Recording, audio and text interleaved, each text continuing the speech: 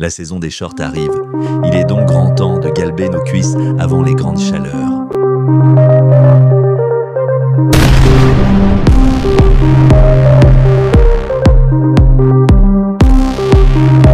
Alors, quels sont les meilleurs exercices pour les jambes? On vous dit tout pour passer sereinement au vestiaire d'été. Pas de panique, rien n'est encore perdu.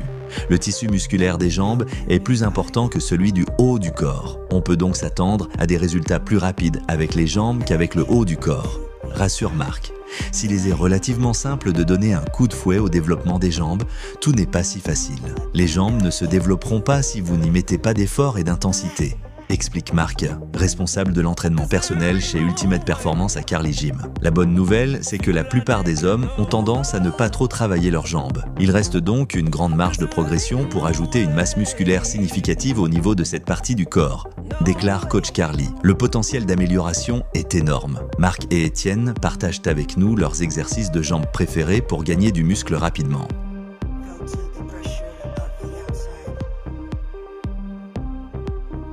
La presse à jambes est un bon exercice de départ, explique Marc. Cet exercice cible les quadriceps et les ischio-jambiers, deux des plus gros muscles des jambes, ainsi que les fessiers. Si les deux mouvements touchent des muscles similaires, Marc PPP recommande la presse à jambes plutôt que le squat avec haltère, pour deux raisons. Tout d'abord, la presse à jambes ne mobilise pas le bas du dos, ce qui permet de se concentrer sur les jambes. Quand on fait un squat avec haltère, le bas du dos sera toujours plus faible que les quadriceps et les fessiers, explique-t-il. Ainsi, quand on atteint le point de fatigue, on est vite empêché parce que le bas du dos est très fragile. La presse à jambes permet aussi d'éviter la compression de la colonne vertébrale. Si vous placez un haltère sur votre dos, vous comprimez verticalement la colonne vertébrale. C'est la nature de cet exercice, et cela peut être dangereux à long terme, dit-il. L'avantage de la presse à jambes est qu'elle permet d'éviter cette compression. Comment faire ?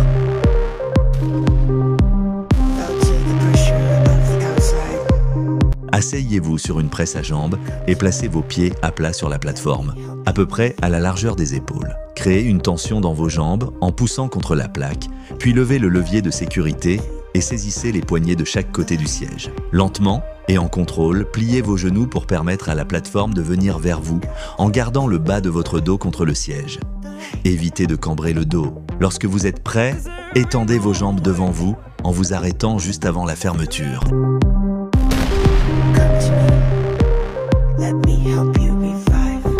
Conseil de l'entraîneur. Si votre salle de sport n'a pas de presse à jambes, voyez s'il n'y a pas un appareil de flexion des jambes, hack squat. Comme la presse à jambes, le hack squat soutient le bas du dos, ce qui vous permet de vous concentrer sur vos jambes.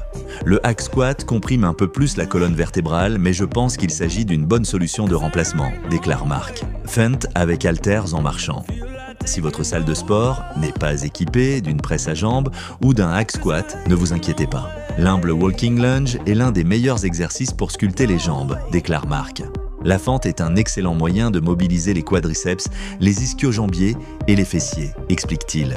Même si vous avez accès à une presse à jambes, Étienne recommande de faire des fentes de toute façon, en alternant les deux exercices chaque semaine. En plus de vous aider à muscler vos jambes, les fentes marchées sont également excellentes pour développer une bonne condition physique fonctionnelle, corriger les déséquilibres au niveau des jambes et renforcer la force et la stabilité du bas du corps.